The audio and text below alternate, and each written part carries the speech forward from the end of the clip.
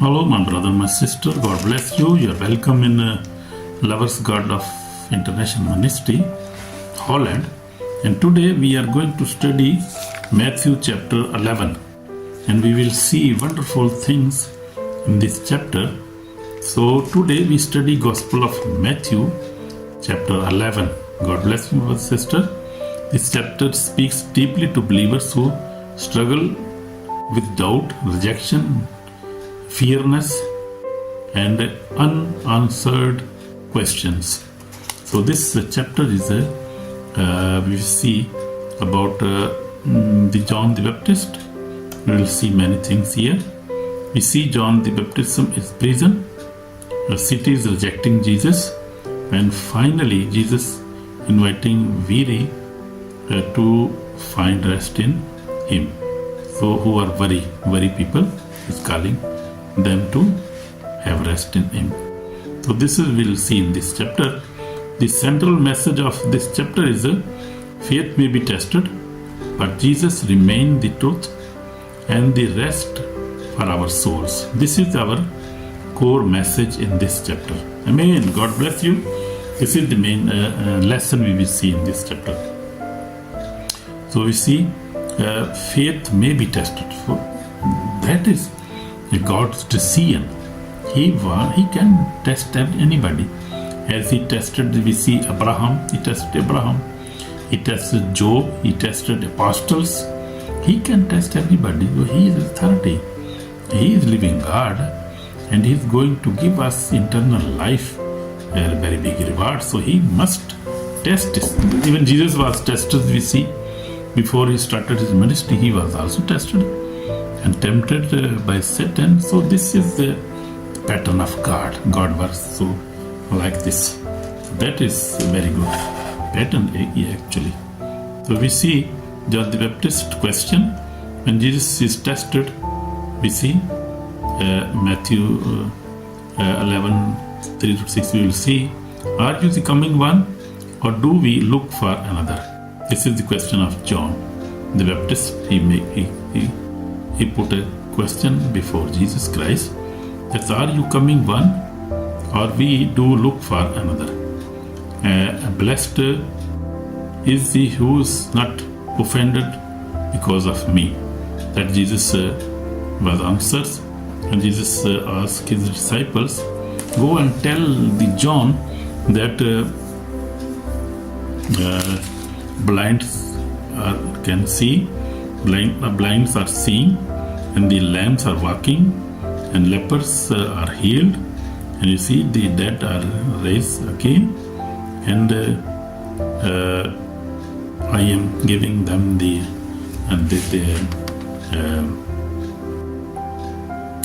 gospel. I am preaching them the gospel.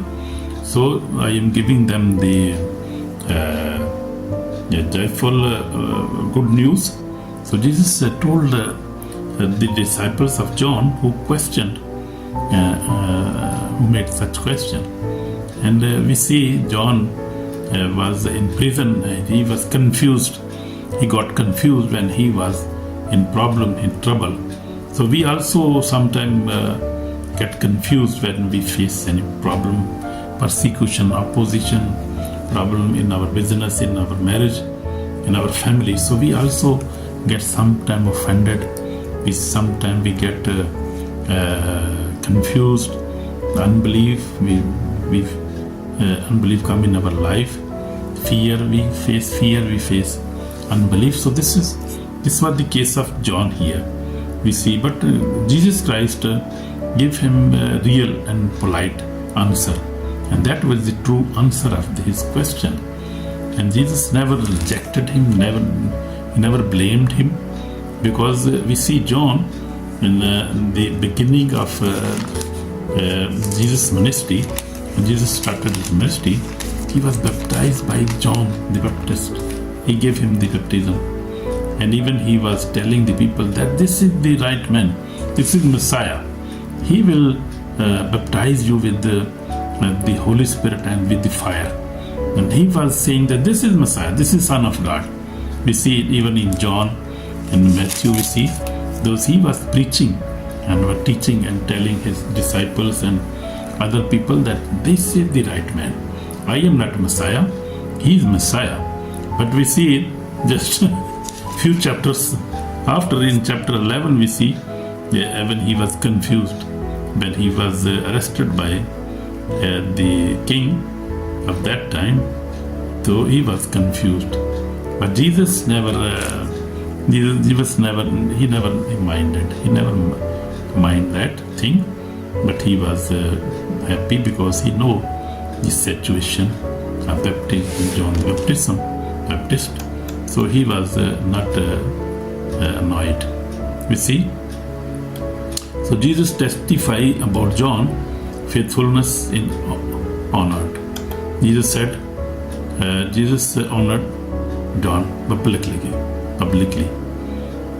Among those born of woman, there has not risen one greater than John the Baptist. But even Jesus, we see, he even honored him. He testified that, he is real the man who came before me and he made the ways straight, and he is anointed. He is the real prophet. We see Jesus even testified about John. So we see, even if people misunderstand you seize your faithfulness. We see that is true. So Jesus defended his servant and revealed John's true spiritual value. So that is the case of Jesus Christ. We see he was not offended, not angry about this question, but he told really the real thing about John the Baptist. Who is he? So even we go on now, a generation that refused to respond. In Matthew 11, 16, 19, we see Jesus compares the people to children who are never satisfied. We see that. So people reject truth no matter how it comes. We go on now. Go to unrepentant cities. So Jesus was not happy with some cities who even saw many miracles happened. They were not repenting. They were not testifying God. So Jesus was not happy with that. Then he began to rebuke the cities in which most of his mighty works had been done, because they did not repent. So that was actually concern for Jesus Christ. They never repent. They never repented. So Jesus was not happy with these cities. So that is the case.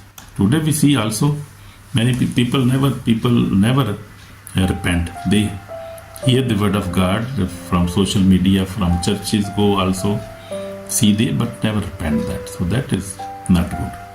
So we see go now on divine revelation to the humble. We see Jesus Christ. I thank you, Father, that you have hidden these things from the wise and prudent and have revealed them to babies. That was Jesus talking about in verse 25. We see that he was thankful to his Father. He said that is thank you Father, that you revealed this thing to me and to the babies. So that is very good. We go on now. Great invitation, rest for the wearies. We see in Matthew, in the last verses, we see 28 to 30, we see, come to me and you all you labor and are heavy laden, and I will give you rest. So this is very famous verse we see. Take my yoke upon you and learn from me, and you will find rest for your souls. So that is wonderful verses we see, and that is very powerful verses for us today. This is one of the most loving invitations Jesus ever gave to everybody in the world, to sinners To believers, everybody must come. So he's saying that come to me. So we have to go to Jesus Christ, not to anybody else. We have to go to Jesus Christ.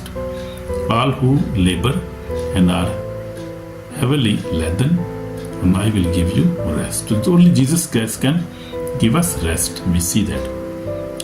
Take my yoke upon you and learn from me, and you will find rest for your souls. So our souls need rest, because you see from the beginning, when the Adam and Eve, they sinned and they were thrown from the Garden of Eden.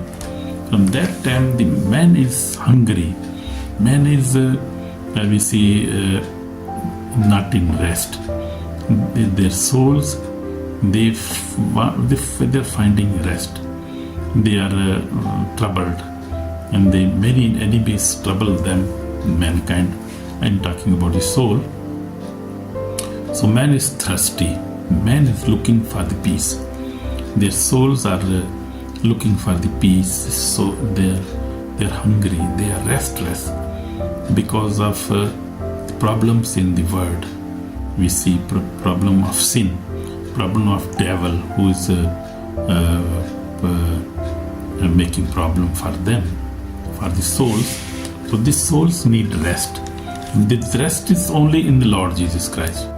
Rest is only in the God who made them. Our rest is only with the Lord God Almighty and Jesus Christ and the Holy Spirit. Because this world, this money, fame, this cannot give us complete rest, cannot give us perfect rest. I'm talking about the souls. So our souls, they need rest. And that rest is only in God, because He made them like this. Amen. God bless you. So religious burden, but Jesus gave rest. We see many burdens, but God gave us. Jesus answered doubt with trust, not condemnation. Jesus invited the broken, not the proud, to find rest in Him. Amen. So my testimony is also, we see, I walked with the Lord 46 years. I faced trials, misunderstanding, and hard seasons. But I am thankful to God that God is faithful to me, and I am in His grace could now overcome many, like overcome all kind of sins, and I could live a holy life. That is by the grace of God. It's not my effort, it's the grace of God.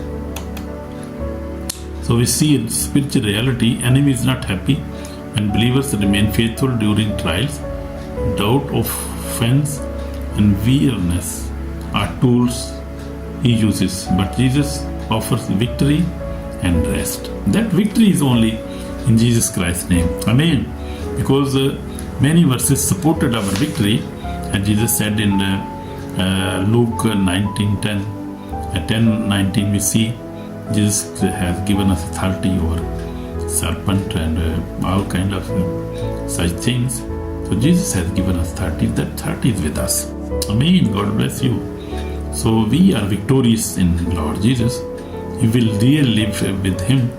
Read the Bible, we obey His words, and we love each other, we forgive each other. Then authority is with us. And He is faithful. Our God is faithful. So this is the call for repentance now. This is calling you today, my brother, my sister. Repent of unbelief. Repent of pride. Repent of resisting God's voice. So these things we have to repent today. Very necessary. Because there is a serious warning. Those who reject Jesus in Jesus' invitation now will face accountability on the day of judgment. So that's very important. Brother, my sister, we have to repent today of our unbelief, our pride, our resisting the voice of God. So that is very important. Lord Jesus, we will pray now. I will pray for you now. Lord Jesus Christ, I come before you. I lay my burdens before you, my doubts and sins. Give me rest for my soul. Give me rest, Lord. I repent for, Lord Jesus, unbelief, for pride, for resisting the voice of God, Lord Jesus. Forgive me, Lord Jesus, and wash me with your precious blood. Save my soul today. I repent, Lord Jesus. I repent before you. Bless me, bless my family, heal me, deliver me, and give me breakthrough, Lord Jesus, financial breakthrough also. I come before you. I repent for all these things, and I know that you have listened my prayer, and you have blessed me already. I thank you, Jesus, in Jesus Christ's name. Amen. My brother, my sister, God bless you and give you peace in life. And if you like this lesson, this sermon, like and subscribe, comment also. God bless you in Jesus Christ's name. Shalom, shalom, amen.